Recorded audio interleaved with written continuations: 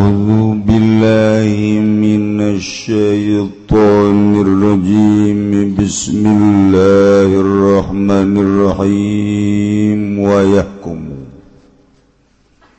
lan ngahukuman yaqadihim bi kitabihi kalawan kitabe qadih Bisma'il bayyinati kalawan ngarungune saksi fil asahi ing dalem munggu kaulas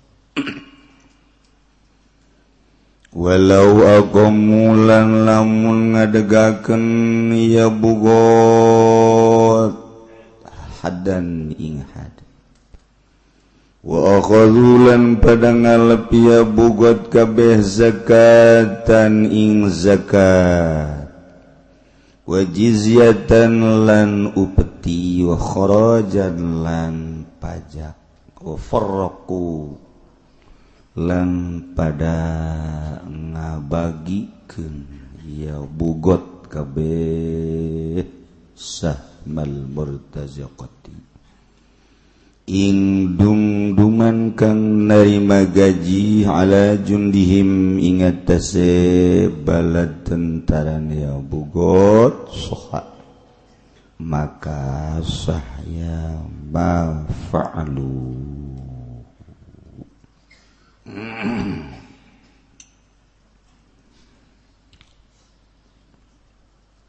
wa fil akhiri wajhun lan iku tetep ing dalem kang akhir utawi wajah wa ma atlafahu bagin ala adilin lan utai barang kang ngarusak ku ing masa pabagin wong kang atawa bagin sopo wong kang melompok ala adilin ingat tase wong kang adil wa'ak suhulan sabalike itlaf ilam yakun fi kitalin lamun orang anak-anak ya itlaf ma'atlapahu tetap ing dalam peperangan domina iku ketempuhan ya bagin wa illa lam yakun fi qitalin fala domina para jamaah kaum muslimin wal muslimat rahimakumullah. Alhamdulillah orang bersyukur ka Gusti Allah diberi nikmat sehat nikmat afiat leuwih-leuwih nikmat anu teu aya bandinganana nu bakal nganterkeun urang kana kanikmatan hakiki ialah nikmat iman, nikmat Islam. Urang bisa ngalaksanakeun parentah nu bogana ibadah ka Gusti ku ayana urang iman. Urang yakin kana yen Pangeran teh Allah nu ngadamel langit bumi katut eusina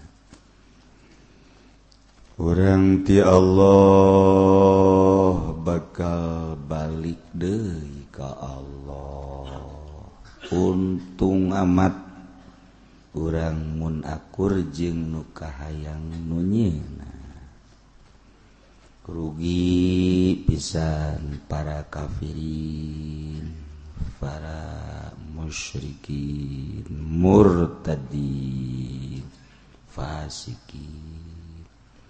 Balik ke Gusti Allah nyana teu akur jeung kahayang nu nyeuna.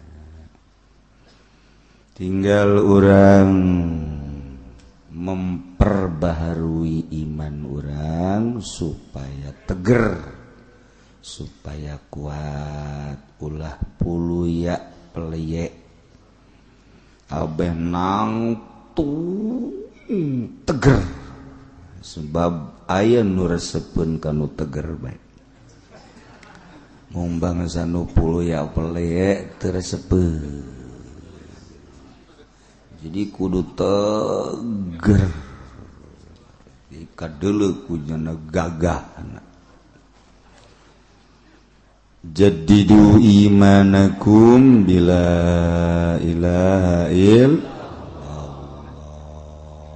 Tegeran iman supaya mantep balik orang bener-bener mawa kalimatun thayyibah la ilaha illallah.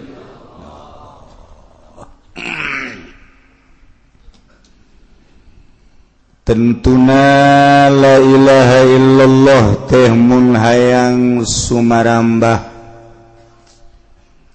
barerea urang pemajikan urang anak incu sabondoroyot kabeh tetangga-tetangga sekelilingna oge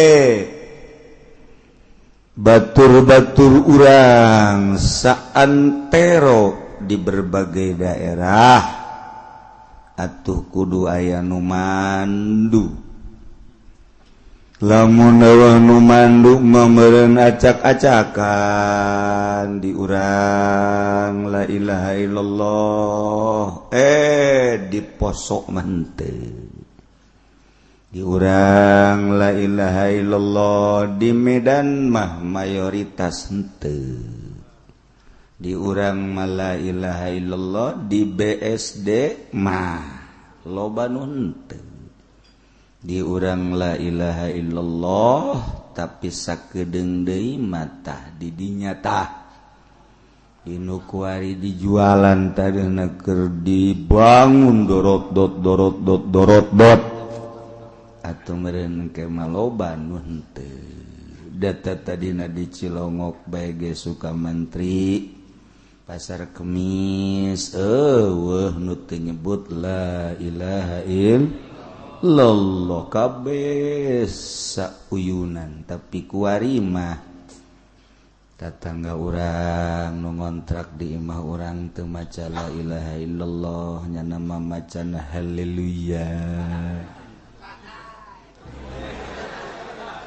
Lah ditu di perubahan tadi nama di daerah dinya la ilaha illallah aya nama geus teu maca la ilaha illallah geus macem-macem di urang agama lantaran eueuh nu mandu secara nasional. Jadi ku sebab eueuh nu mandu atuh sakadaek urang maka ngarep-ngarep aya nu mandu di negara urang wallahu alam datang ka iraha harapan mah tetep gede. Jageninganan Al-Qur'an dibaraca, dimaknaan, dihartikeun ngan pelaksanaanana kurang bahkan belah luhur manteu belah luhur mah sekulantaran eueuh nu mandu atuh acak-acakan geus puguh ketuhanan yang Maha Esa mah geus bagian handap doang nu ngalaksanakeun di luhur mangan sakadar tulisan bae. Japi buktina horenganan teu bisa ngalaksanakeun kedaulatan. Jai kedaulatan mapan rakyat, kedaulatan rakyat. Pemerintah hanya melaksanakan untuk kepentingan rakyat. Sebab ieu negara lain anu lurah, lain nu camat, lain nu bupati, lain nu gubernur, lain nu menteri, lain nu presiden, nu Allah, nu urang cicing di bumi Allah nitah ngurusan. Mun perorangan jeung perkelompok teu bagus, maka perlulah urang aya pemimpin jang ngurusan urang kabehan. Abeh rakyat nu dagang ngeunaheun perjalanan perdagangan ti mimiti secara fisik dagangna, jalan-jalan ngeunaheun, pasarna ngeunaheun, birokrasina ngeunaheun, kurs uangna stabil lantaran aya nu ngurus. Birokrasi perpolitikan ngeunaheun, mun urang minta tanda tangan aturan-aturanna ka meja ieu selesai. Kuari mah aya nu ngangkrok bete ditanda tangan, suakalina ditanda tangan lain di kantor di puncak. Masa tanda tangan proyek di puncak? Mantap kula haju eureun gak jadi insinyur lah.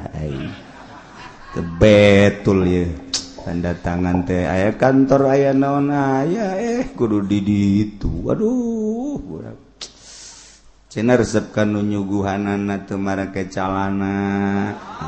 Allah ya Rabbi, negara Islam, negara mayoritas Islam kos kieu di negara. Musyawarah para syaitanir rajim depag KUA padahal aya kantor di urang kudu dikarang bolong tek teu bolong kitu takarang. Oh ieu bener kai pemikiranana ieu lain jang rakyat. Dirobah kuari lain jang kedaulatan rakyat tapi kedaulatan bajingan. Bajingan berdasi. Negara teh samaruk nu manehanana lain, negara teh nu urang kabehan. Geus jang kedaulatan bangsa, kedaulatan rakyat, ternyata kedaulatan seseorang, kedaulatan pejabat. Geus menyalahi aturan Al-Quran belah dieuna, menyalahi aturan demokrasi Pancasila, dipacok sia kajen hukum. Weh, ebong kumaha gitu. Biasana eta burung Garuda teh nyileukna ka kenca kuari geus beralih ka katuhu. Tesa nyileuk-nyileukna nyana teh aya waktuna nyileukna ge. Lantaran setelah diteliti berbagai burung paling istimewa adalah burung Garuda. Sebab manuk-manuk nu lain mah di mana hiber teh aya waktuna teu pati karuateun di luhur. Nabrak angin teu kuat, nabrak poek teu kuat, nabrak badai teu kuat. Tetapi burung Garuda mah aya kamodelan setelah diteliti munnya ngapak di luhur berjam-jam berhari-hari kok kuat. Kunaon sih? Sebab napasna lain di dada doang, horenganan jangjang nage bisa napas. Iya gua gitu. Awas ya ditowel ku jangjangna ya. Awas ya. Nyaho ngaguling bae geus pokok. Lain lalagaan kok bisa kadinya cenah diteliti nah terus siapa neuleuna digambar doang. Heuh. Atuh deuleu burung Garuda. Di antara sekian manuk anu ngabogaan istimewa teh ngan sakadar 7.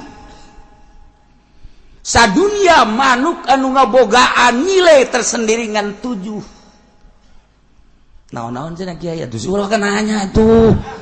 Susuk macem-macem bae sia ngaji atuh sok tatanya.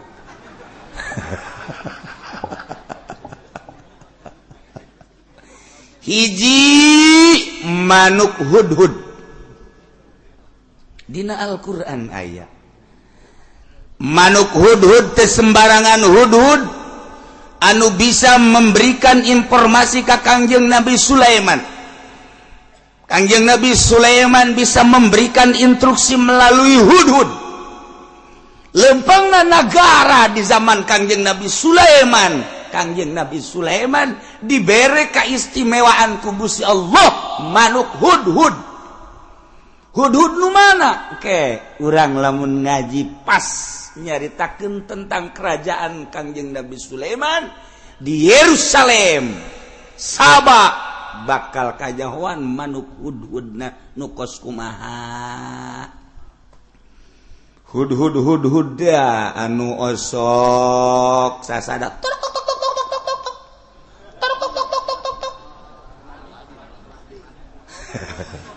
tuh berpikir kan ya ngan lain sacoladi-coladina henteu asal totorok-toka nu digambarkeun dina Al-Qur'an pamatukna model kumaha jambulna model kumaha mun ngejere bebeng ieu sayapna model kumaha dihitung eta sayapna aya sabaraha ketika hiber modelna kos kumaha buntutna kos kumaha coladi nu eta lain coladi nu ente meuliean ku ari teh tama coladi daon mantak lamun urang hayang ka awewe awewena embungeun ka urang jelas-jelasan teangan coladi model kos kitu pencit saenggeusna pencit cokot huluna bolongan huluna hartina bolongan piceunan tah sagala nu aya di jero hulu piceunan cokot kurang taneuh nu pernah katincak ku kunuk awewe nu ku urang dipake kaboga saeutik bae asupkeun ka dinya tiupkeun poh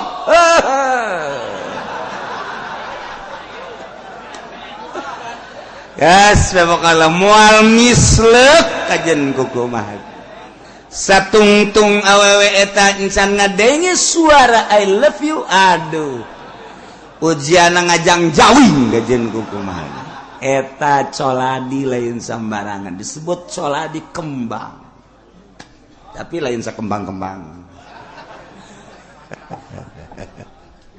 lain geus narengan coladi deui jang naon lah geus pokona mandeg dipraktekkeun cenah hasil ngaji kamari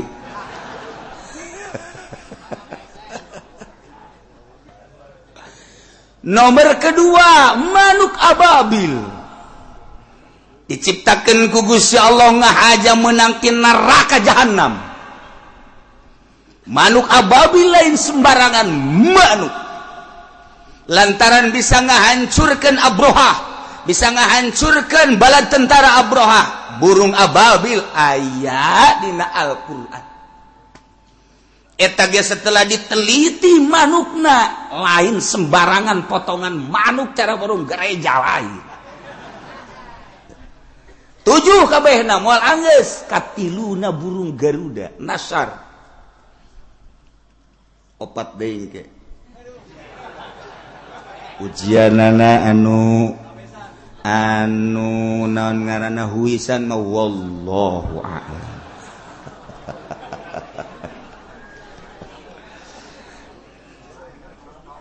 ditiru ku berbagai negara anu istimewa teknikna tentang pembuatan kapal. Kunaon eta kapal bisa hiber, bisa bertahan dan lain sebagainya. Nu ditilik dari berbagai manuk ciptaan Allah, ternyata tina 7 manuk etalah hasil penelitian para ilmuwan sehingga bisa menciptakan kapal udara. Di antarana Garuda di jero. Untuk kedaulatan rakyat lain kedaulatan si eta. Maka ketika kedaulatan dirusak dengan sendirinya rakyat bakal hudang. Wajan kukumaha jelema nyaloan kemudian ambalayah nyaloanana lain yang kedaulatan pembeli penjual, lain kedaulatan rakyat. Cara jual belina nu penting ngeunah di aing, untung di aing, ngeunah lazat nikmat di aing, sabodohnya nama jang kedaulatan dirina. Burung Garuda bakal hudang macoknya na. Carana kumaha? Eta contoh leutik. Rurah geus sabaraha di urang, nu ku urang kadenge. Mun ku urang ulah jauh-jauh ti Jati datang ke Cikupa, ti Cikupa kesempatan ke Kronjo Merono ente deule coba gaya sabala lurah nu ambruk di dunia nakos itu komo di akhirat sabaraha camat sabaraha bupati deleukeun coba ulah sambarangan emang kumaha gitu asal geus merubah kedaulatan rakyat di jerona butir Pancasila belah dituna tina Al-Qur'anul alah sapira eta mangan sakadar naon kitu ngaranna naon kan sakadar lambang doang atuh lambang deuk diayakeun deuk dieuweukeun masalah urang atuh resepet teruskeun tersepet robah ke ku urang naon bedana teh mah jeung burung beringin burung batungtung nama teh pohon beringin naon bedana tuh jeung bulan bintang naon bedana tuh eta mah cuman partai-partai ieu mah sebuah negara tuh naon bedana teh kitu-kitu keneh naon bedana jeung di Saudi Arabia mah pedang dikieukeun hanya lambang tah bagos kitu boleh permasalahan nu kudu dipermasalahkeun mah pengamalanana ketika teu diamalkeun awas hudang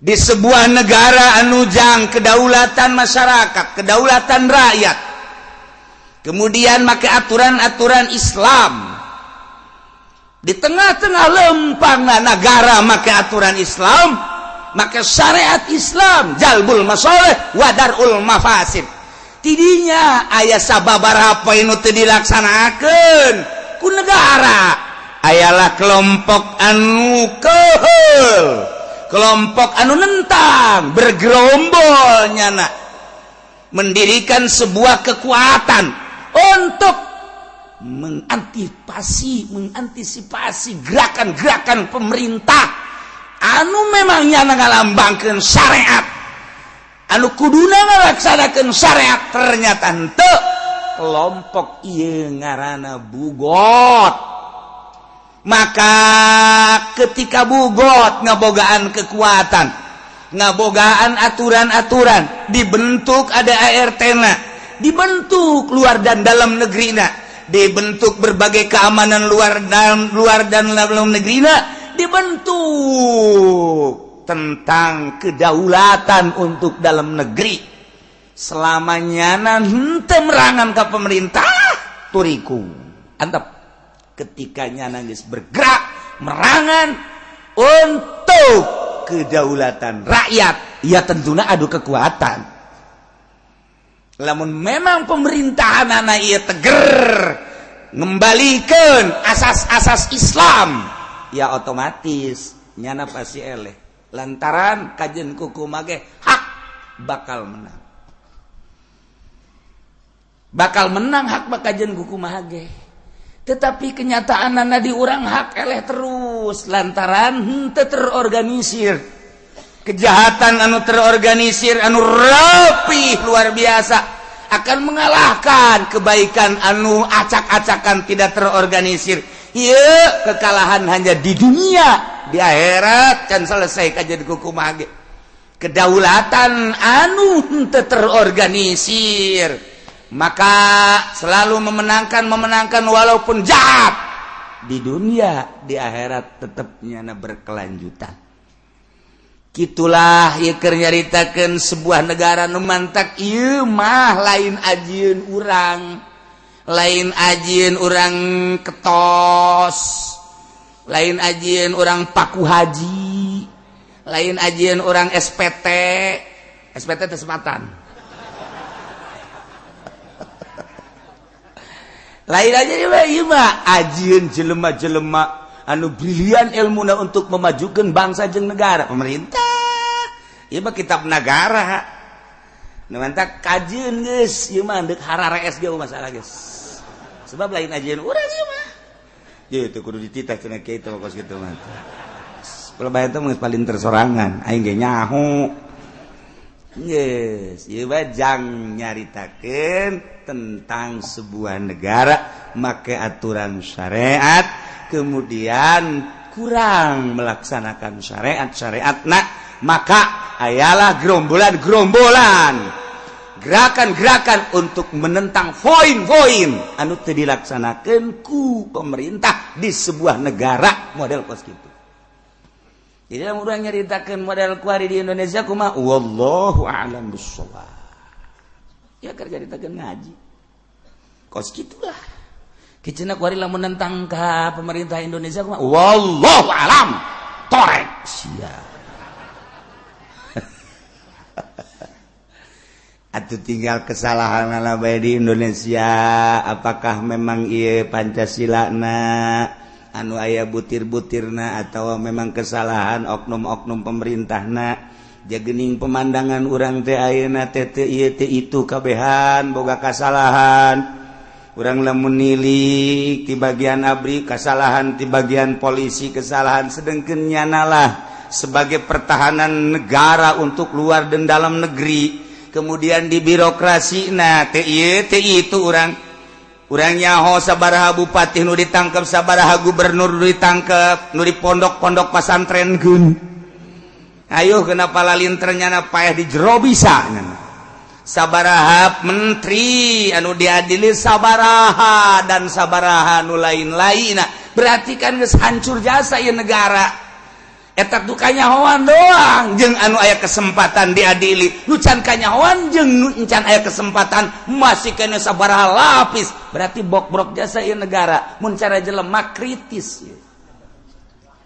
Jadi urang teh kuari keur aya di sebuah negara nu kritis, ya otomatis kudu operasi bongkar kajen pasang nama kumaha kewelan ya berarti kos bengkel di urang. Bengkel di urang mapan biasa bengkel mau bongkar pasang, aja mau bongkar doang pasang nanti. Asup kurang motor kali nyokos, guguraan, bukaan, haju ditinggalkan siap. Atau pantung nama orang balik tuh bisa, nungguan, tangaran bongkar doang pasang nanti.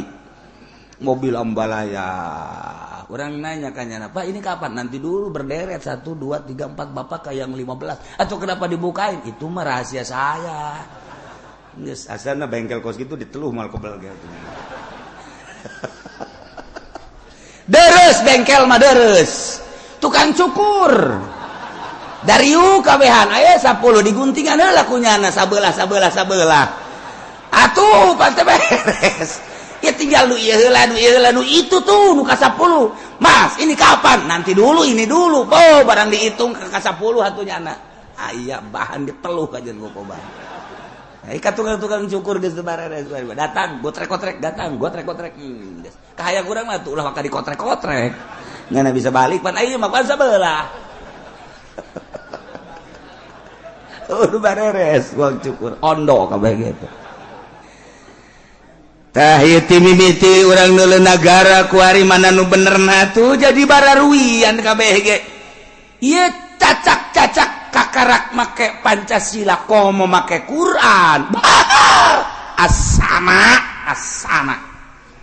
mun make Quran ararang geus kabehan kiai cenah kumaha menurut kiai aing mah Quran tetep paehan geus masalah geus jang naon atuh aya ge jaingan sakadar kos ore sinduk doang mah tuh ore sinduk paehan ore cabe ge kurang dipaehan kecuali ore koros cak bupati adena yang jadi orang koros dipaehan deui sia ku aing. Udah bener. Tah ieu mah keur carita negara jageus lain rahasia kos kitulah ulah salah persepsi urang keur ngaji dimensi syariat. Ya, urang keur aya di dimensi syariat. Jadi nyaritakeun bugot adalah nyaritakeun penentang terhadap negara anu teu ngalaksanakeun syariat. Ngartilah urang kuari aya perang Jamal, oh berarti keur penegakan syariat. Ayalah perang Siffin, oh berarti keur penegakan syariat. Kuari kan dibacakeun perang Jamal antara Siti Aisyah, perang Siffin Sayyidina Ali. Hanya dibahas tentang peperangan doang, motif peperangan di jerona nu leuwih ditonjolkeun tentang kekuasaan jeung dunia. Salah numantak lamun teu ngaji Bukhari, teu ngaji Muslim, teu ngaji Sunan Abu Daud, Ibnu Majah bakal salah menyikapi tentang peperangan Siti Aisyah, menyikapi tentang peperangan Sayyidina Husain dan lain sebagainya. Mantak henteu terlalu dikomentari ku kiai mun lain keur ngaji dina kitab nama. Urang kakaraksa kieu doang ge ye kaharti kurang. Oh, sebuah negara anu berdasarkan syariat kemudian teu ngalaksanakeun butir-butir syariat nu geus ditetepkeun di sebuah negara, kemudian ayalah penggerak anti daripada pemerintah di jero syariat, ijtihad kan berarti. Kakarak, oh benar. Keluar berarti tajam, henteu bener.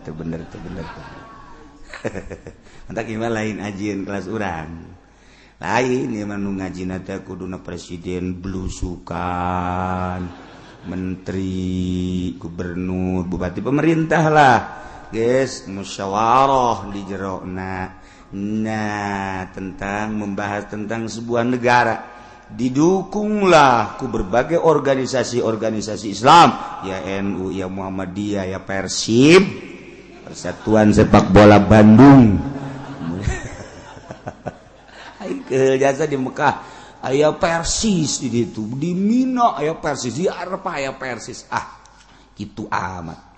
Kemudian kitu aya HTI na, aya Hisab Jaulah, aya berbagai organisasi ayo ikut memandu untuk kelangsungan sebuah negara. Bahas ku urang sebab negara ieu lain nu nyana hanya utar atur jang urang sebagai rakyat. Kan ngeunah hentang ngomong lamun kos kitu mah diperhatikeun lah terasa, diperhatikan pedagang letik, petani letik, kemudian segala rupa ya buruh ya karyawan terasa dilindungi. Oh aing teh boga pelindung pemerintah teh ya. Ieu mah urang leumpang ka mana bae isi aya lurahan eueuh nya. Emang kunaon jalan kos teu diuruskan kos lurahan eta kos. Aya bupatian eueuh sih, oh meureun bupatina ngees bae meureun. Ya teu nyahoeun, ieu urang kos eueuh bupatihan kan berarti ka dieu salah, ka dieu rusak, ka dieu teu bener. Mun nya ge aya anu mimpit berarti kan diurusan. Nah ieu kan kos nu eueuh, maka lain jang kedaulatan rakyat berarti teu salah Pancasilana, nu salah oknum-oknumna. Belah dituna mah engke salah keneh bae, ieu belah dieuna we heulanan. Mun dibenerkeun, diluruskeun ngeunah. Minimal mempertahankeun ka belah ditu teh akur wae ku urang, jaieun urang. Inni ja'ilun fil ardi khalifah. Pengurus, urang urusan ieu negara. Ngan kudunya pengurusan anak kiai nu teu sakola, ulah milu ngurusan birokrasi. Bagian agama da we tuh kiai mah. Bagian alif jabar ab jabar ba teh jabar ta jabar satasa. Be jabar bata jabar ta bata, mim jabar mata jabar ta mata, sin sia jabar ya sia mata sia. Eta bae urusan mah tuh. Ulah sok karese. Hai acak-acakan ge kiai nu teu sakola milu ngurusan negara atuh beuki parah dek dikumahakeun. Biasa kiai mah bagian agamana. Nu paeh kiai salateun ku aing beres. Kiai, wan itu teu ngariung, siap. Ngariung. Kiai, itu aya nu nikahkeun, boro-boro nikahkeun, nikah ge siap. Sana eta kiai bagianna. Siapa sih heran lagi ya? Atuh boro-boro nikahkeun. Nikah lagi tuh siap kiai mah. Mata kiai loba nu nararikah. Aju diusir ku nu kolot. Iya bersiko eta mah. Geus ayeuna aya sebuah kelompok anu memang nyana ndeup ngalaksanakeun aturan-aturan syariat. Lantaran di sebuah negara teu ngalaksanakeun beberapa butir-butir syariat anu geus ditangtukeun, kunyana teu dilaksanakeun. Contona ge kumari secara minimal contoh katarkil jamaat seperti ninggalkan berjamaah wa takfiri di kabiratin ngupur-ngupurkeun jelema anu dosa kabir dosa gede eta kan di syariat ayana aya di negara urang mah kuari nu mabok diantep nu zina diantep nu maling diantep nu ngabunuh diantep henteu keseluruhan kuari mah ketika ditangani ku pemerintah teu akur jeung aturan syariat aya jelema nu mabok nu ngaganja ngagele minuman tangkap nah ieu kan diantepkeun di polsek diinterogasi kemudian tadi dikaluarkeun paling dek dikirim ke Polres nah iya aturanana kumaha ieu diendeukeun heula 3 saminggu nungguan heula bapakna lobilah bapakna setelah dilobi ternyata 20-30 juta keluar nagara naon model kos gitu nagara naon model kos gitu aya ketentuan hukum teh jang si eta si ieu mah teu aya ketentuan hukum ieu mah pada urang mah bae ieu baganan pada urang mah ieu mah keur nyaritakeun nagara urang ieu nu urang kanyahoan ku ceuli jeung ku bata urang kos kitu geus ulah bebeja kasasa ieu mah keur carita pada urangna baganan geus ulah ke ente ngomong deui di ditu kos kieu deui pada urangna bae kitu ieu mah ke di Serang ngomong deui ieu mah ulah nyebut kasasa mah pada urangna bae teu ngomong di Jakarta ieu pada urangna bae korenganan geus negara nyaho kabeh teu mah kos jelema nu nyandung susumputan kudu lah bebeja nya sia mah nyaho bae geus ke ngomong deui ditu lah bebeja aing nyandung sia nyaho bae ke di ditu korenganan sakecamatan geus nyahoan kabeh tunda setan atuh eta kos kitu geus ayeuna bugot tersebut teh ngabogaan kekuatan aya ketua aya wakil aya sekretaris aya bendahara aya penasehat pertahanan luar pertahanan dalam dan lain sebagainya geus terbentuklah mufti qadi dan lain sebagainya mata keputusan kodina di kelompok tersebut bugot ngaranna bisa didenge sebab nyana nu make aturan syariat wa yakumu bi kitabi bisma'il bayyinah fil asahi bisa ngahukuman jeung diterima hukumna qadi bugot tersebut bi kitabihi ku aturan-aturan nyana dengan mendengar saksi-saksi menurut kaul asah masya Allah jadi kekuatan tuh jadi ayat kedaulatan di sebuah kedaulatan ya otomatis pinclang kajian kukumaha negara pinclang kajian kukumaha ge ngalaksanakeun nu ieu bertentangan jeung nu ieu ngalaksanakeun ieu bertentangan ya otomatis kan kudu dirapihan kajian kukumaha ge kos parlemen urang kuari 60% tidak mendukung dengan lajuna anu dibentuk ku Jokowi dek langsungkeun ieu henteu lempang ieu dek lempang ieu dek lempang pan ieu mah can boga daulat hanya kakara kekuatan suara doang lempang ieu teu didukung dek datang ka iraha can aya sejarahna APBD dipending nu mantap kula aju hutang gede ge ka warung iya sebuah negara kokos kieu berarti kan sangat kritis tuh.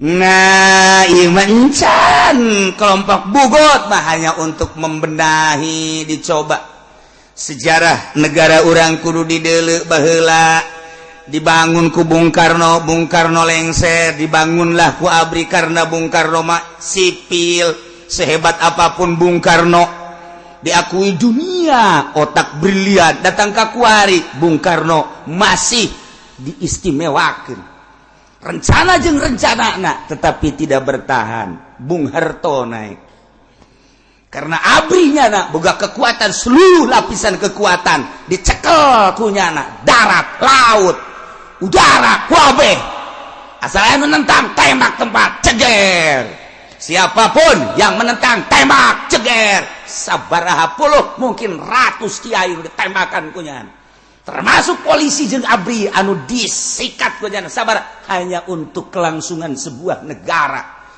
Sabaraha periode nyana tetep lengser naik deui habibi ya habibi habibi tinggal habibi anu digandrungi di Indonesia tentang teknik dah habibi mah, tetapi tentang birokrasi namakan nyana aya di kelompok mana di organisasi can teruji nyana kakarak ge nyana naik nage nyana make didorong jalantaran luhuran kursi jeung nyana titah turun deh lengser deh. Kemudian kiai anu terkenal kiaina lain di Indonesia di dunia lantaran keistimewaanana boga indra keenam diakui dunia nyana, tetapi tetap bae sipil ngarage lengser. Ibu konde naik Indonesia kurang dideuleu sejarahna kos karari itu. Nah, Bambang Yudhoyono dengan penampilan yang sukses luar biasa. Lamun nyana geus tampil eueuh hiji buuk lamun dikadiekeun nu kadieu. Hebat luar biasa. Dengan penampilan anu meyakinkan. Hebat Bambang. Adapun kekurangan-kekurangan anak tekanan-tekanan di sebuah negara model urang. Lain teu hayang nyana ngamajukeun bangsa jeung negara. Dibanding jeung tekanan lebih tinggi tekanan. Cuman rada deres. Artinya masih melirik ke masyarakat. Nyana bisa 2 periode abri lantaran ketika belusukan naik. Wallahu a'lam. Ikan keur bacaan burung Garuda. Nyana kan keur naik di burung Garuda. Garuda kan ditumpahkan ku nyana. Ayo sia hiber Garuda, hiber Garuda. Salila burung Garuda dituturkeun parabna silahkeun. Ketika geus teh dituturkeun nyilep nyana. Hei, sing ada sia. Kunaon? Awas ya diragageun ku sia cek burung Garuda. Emang ngeunah bae sia numpakan aing. Sakala aing turun sia dibabetkeun ka sumur sia ku aing. Burung Garuda lain sembarangan. Nah ya tinggal nasib bangsa kaharep kumaha lantaran produksi kuari geus tiarap.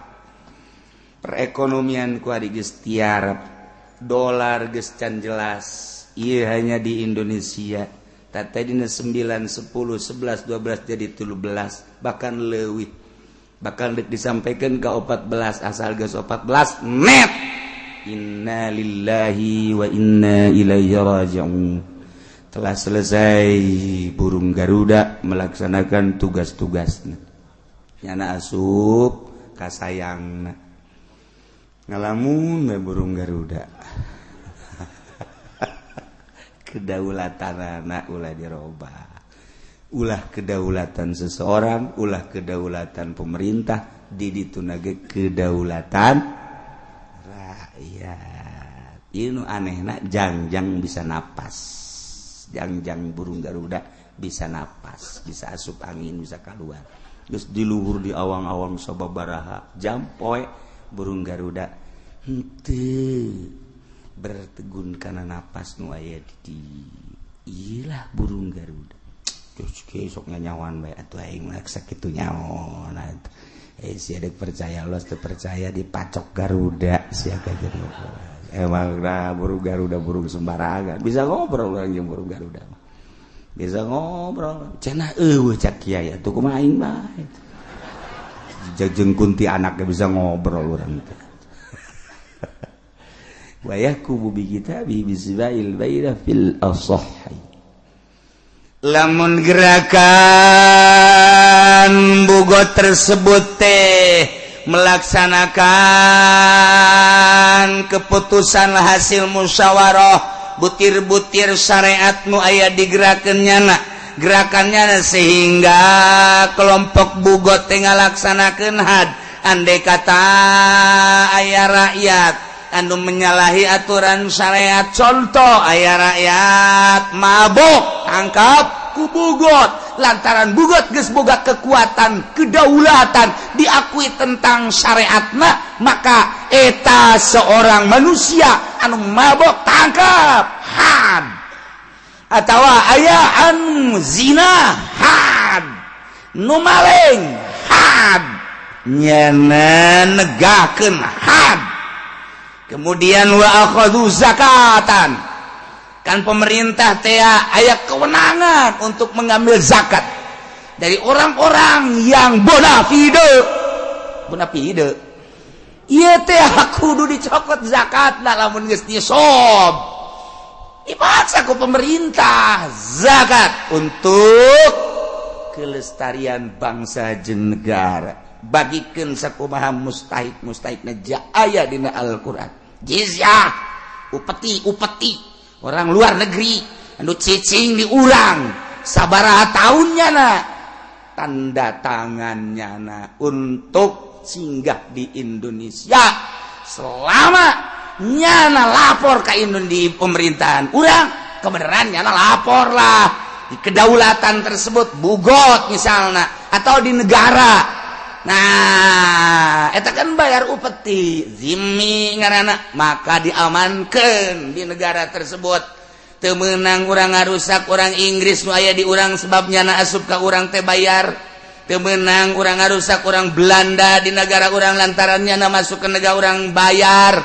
teu meunang kitu turis nu asup ka negara urang dirusak ke orang nyana harus dilindungi walaupun kafir sebab nyana bayar jizyat dicokot ku bugot tersebut atau khraj ialah negara supaya lempang maka diambillah pajak jelas lempanglah negara ketika darurat lamun henteu make pajak bahaya tingali ku urang dina jalbul masoleh wadarul mafasidna ternyata kandas tanpa pajak ambil pajak tetapi kunyana istimewa hasil-hasil dari zakat dari upeti dari pajak dibagikan farrakusahmal murtaziqah ala juludihim untuk PNS jelas berbagai golongan 1,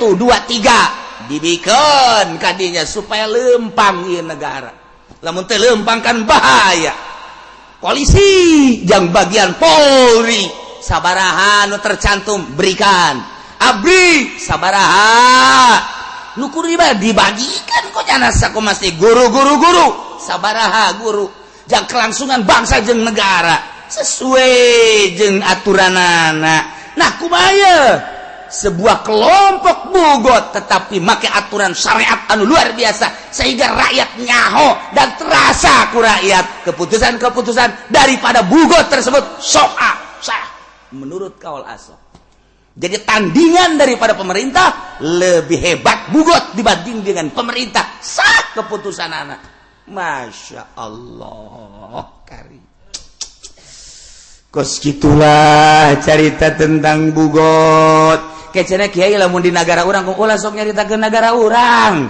sia ku torek-torek teh si ceuli sih waing sia awas ya dicak-cakan timah ku aing sia keur nyaritakeun syariat jeung syariat ya eta cenah di negara tuh sia menang nyari bae hese nyebutna sebab oknumna terlalu loba di urang mantap beneran heula itu coba sesuaikan jeung aturanana aja aya ketuhanan yang Maha Esa. Tuh kan? Nomor kedua naon kemanusiaan yang ada dan berada. Ya teh kapan poin menang di Al-Qur'anul Karim can dibahas kemanusiaan. Naon kemanusiaan, naon adil, naon beradab, adabna ieu teh di Indonesia kumaha. Lantaran sangat populer bangsa Indonesia bangsa yang beradab.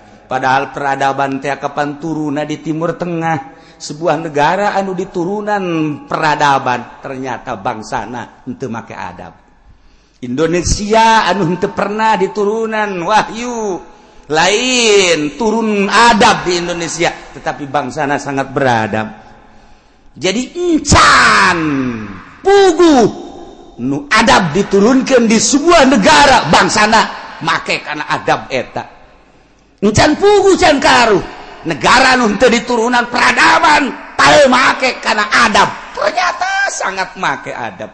Dunia mengakui peradaban yang paling tinggi adalah bangsa Indonesia.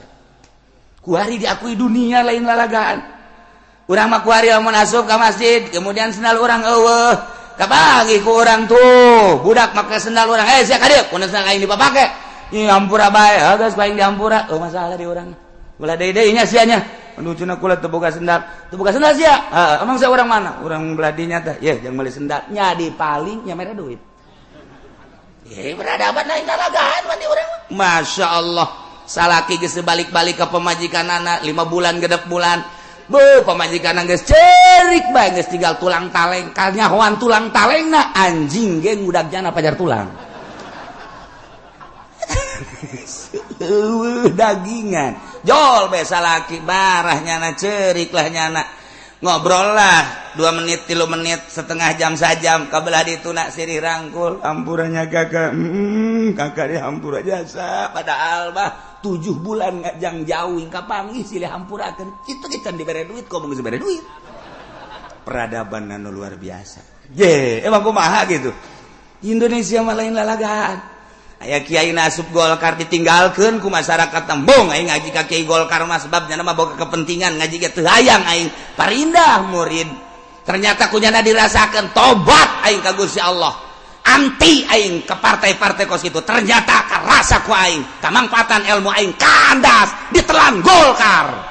Teu hayang aing tobat ka Gusti Allah. Isuk masyarakat naraji deui ieu kumaha peradaban lain luar biasa. Di luar negeri moal bisa.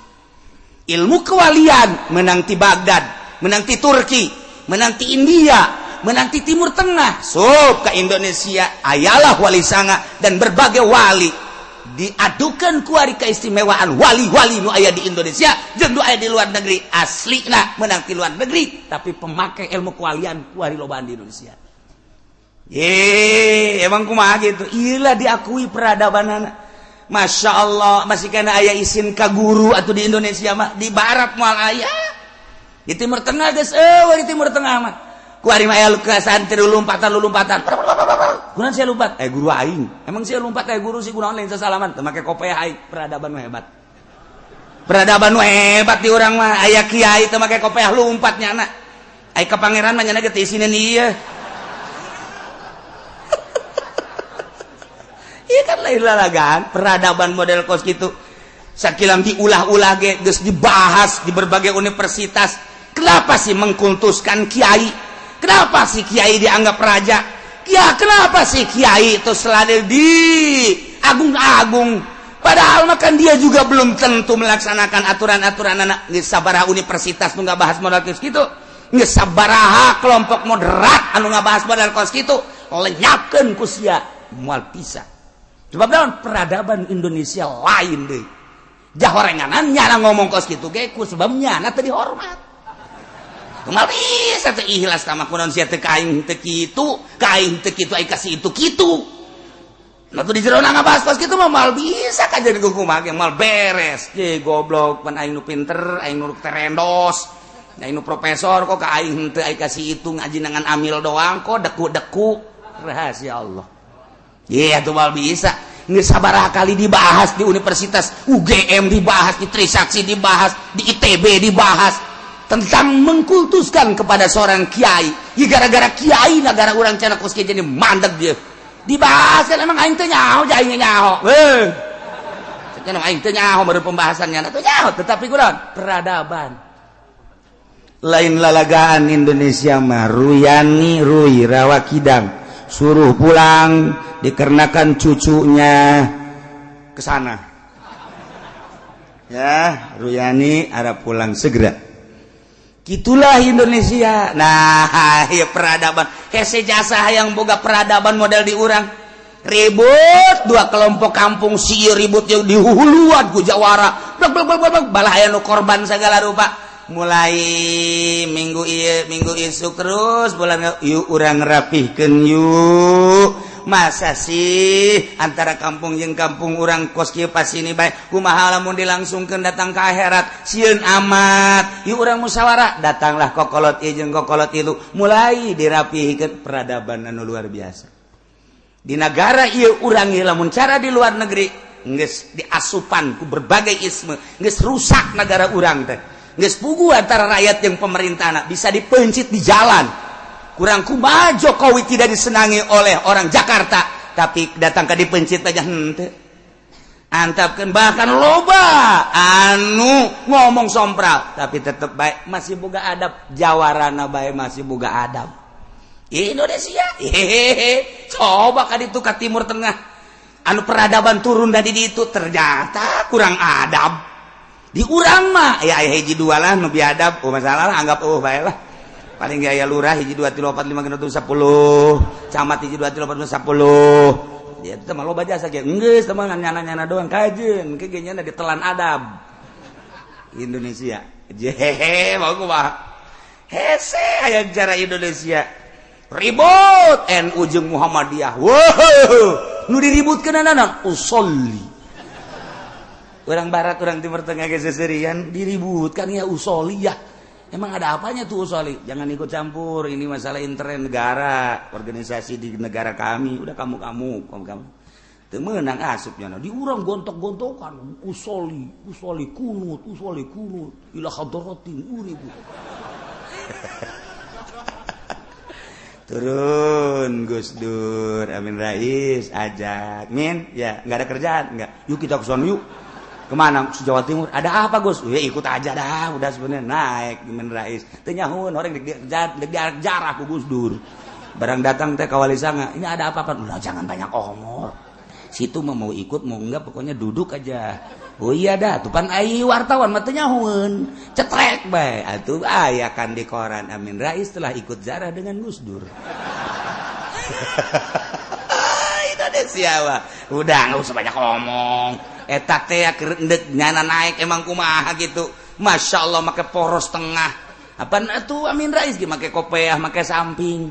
Di Senayan pan dicaritakeun yang dulu anti kepada sarungan ternyata Amin Rais. Sekarang telah pakai sarung. Tuh kan ngahiji Indonesia lain lalagaan babari di Indonesia mah.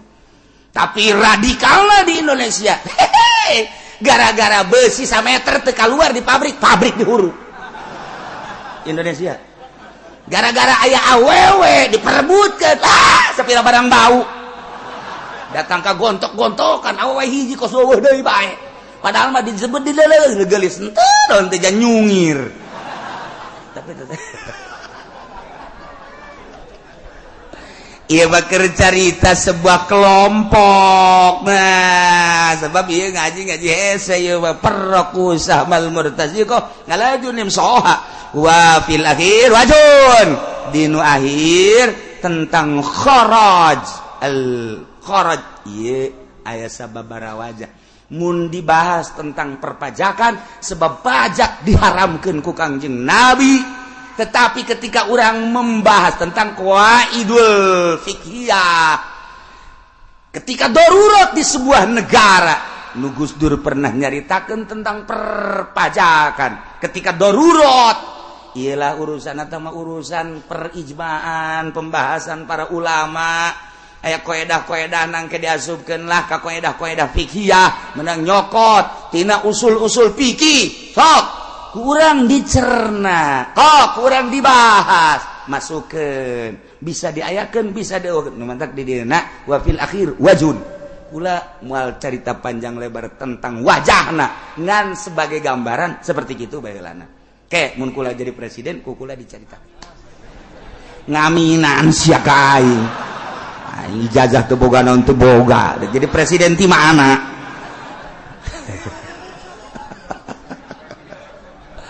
Wa ma atslafahu bagin wallahu a'lam.